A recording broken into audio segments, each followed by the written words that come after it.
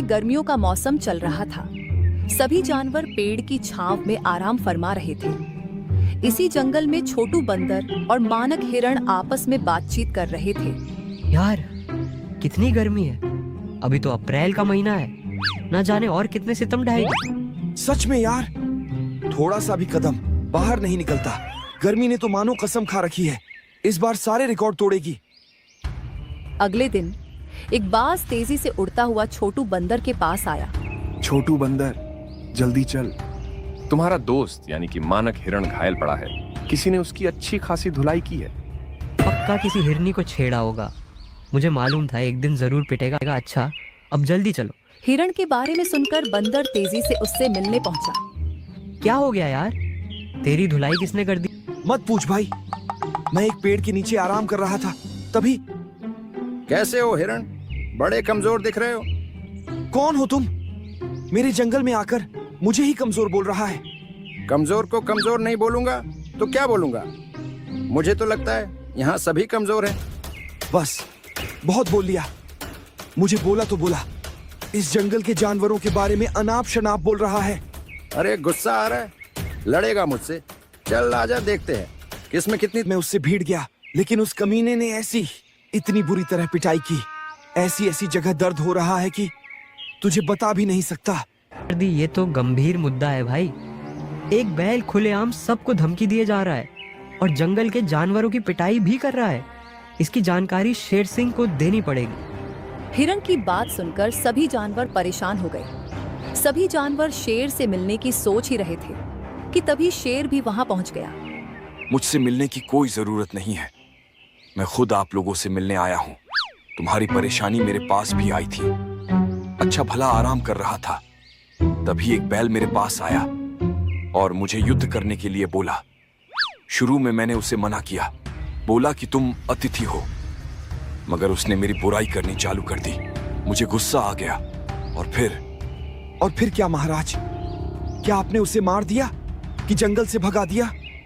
उसके बाद उस घमंडी बैल ने मेरी ऐसी धुलाई की, मुझे अपने गुफा से ही बाहर कर दिया और बोला है कि अगर मैं इस जंगल में दोबारा नजर आऊं तो वो मुझे जिंदा नहीं छोड़ेगा। इसलिए मैं यह जंगल छोड़कर जा रहा हूं। ये आप क्या कह रहे हैं? आपकी राजगद्दी का क्या होगा?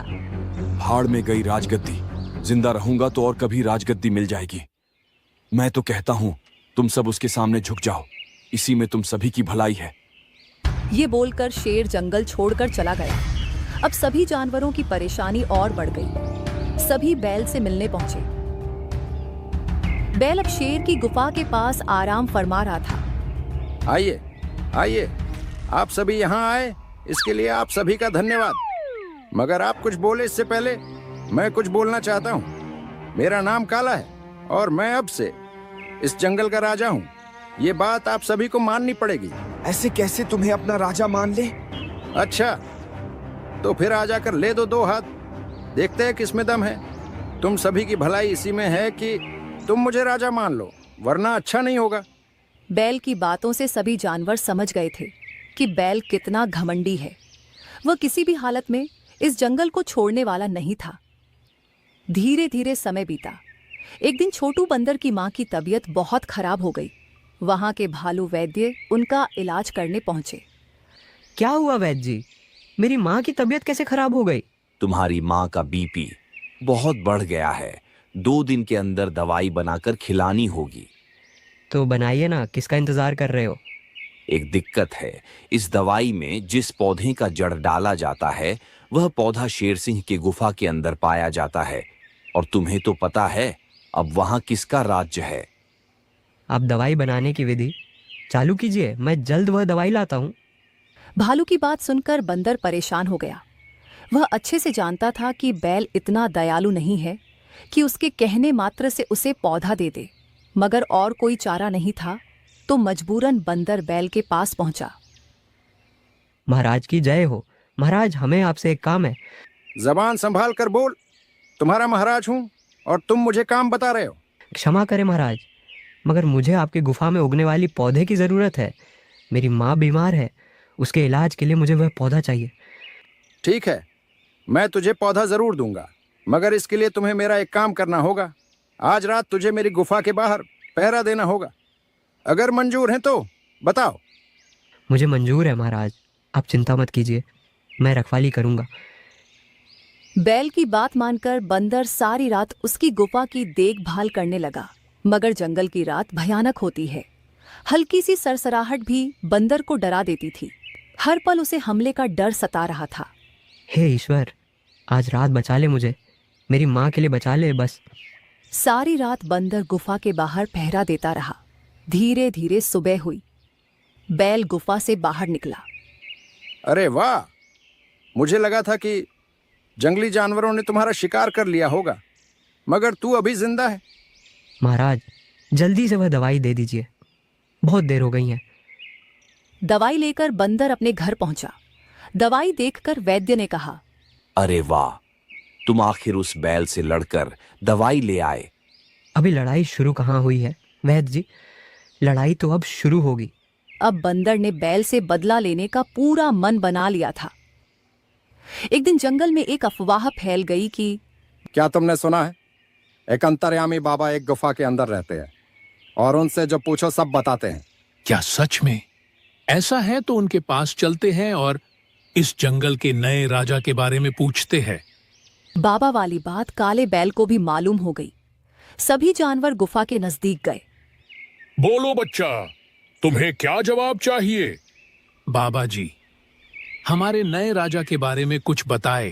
इस जंगल में जो सबसे ज्यादा ताकतवर है वह जल्द मरने वाला है, उसकी राजगद्दी छीन जाएगी। बैल ने जब बाबा की बात सुनी तो उसे लगा कि उसकी ही बात हो रही है। कहीं ये मेरी बात तो नहीं कर रहा है? आखिर इस जंगल में मुझसे ज्यादा ताकतवर कोई नहीं है। खैर, जो भी हो, मुझे थोड़ा चौकन्ना रहना चाहिए। परेशान बैल गुफा के पास पहुंचा। तभी अचानक एक पत्थर उसके नजदीक गिरा। बैल बुरी तरह डर गया। अभी अभी ये क्या हुआ? खुले आसमान से पत्थर कैसे बरस रहे हैं? कहीं उस बाबा की भविष्यवाणी सच साबित तो नहीं हो रही है? रात हुई। बैल गुफा में आराम कर रहा था। तभी उसे कुछ फुसफुसाहट सुनाई दी। बैल आज जैसे ही सोएगा, हम अंदर जाकर उसका काम तमाम कर देंगे। हे भगवान, मुझे मारने की तैयारी चल रही है। लगता है सभी लोगों ने साजिश रची है, मगर मैं ऐसा होने नहीं दूंगा। रात भर यहीं खड़ा रहूंगा। बैल बुरी तरह डर चुका था। रात भर वह जागता रहा। सुबह हुई तो बैल को जोर से प्यास लगी। रात भर सोया नहीं हूं, अब प्यास से गला सूख रहा है। पास के तालाब में जाता हूं और थोड़ा गला गिला करता हूं। वह नजदीक के तालाब के पास पहुंचा।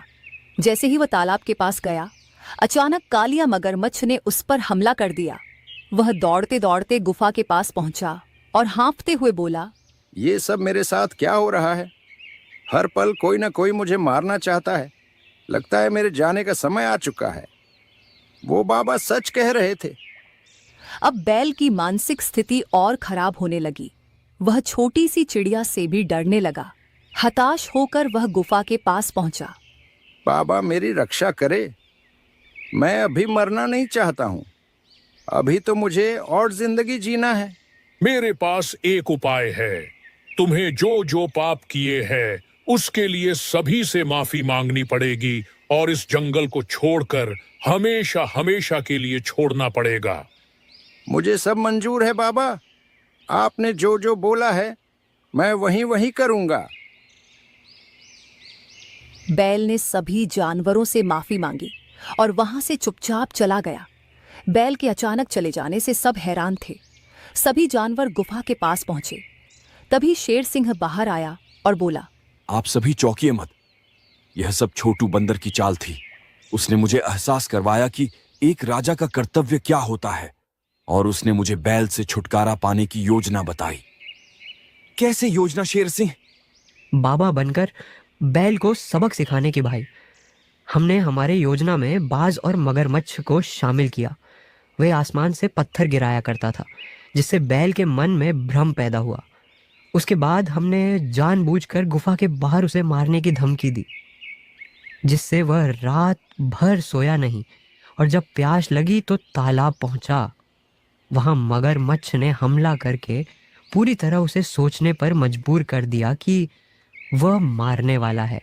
छोटू की चालाकी ने आज जंगल को बैल के कहर से बचा लिया। इसलिए सभी जानवरों ने बंदर की खूब प्रशंसा की और जंगल में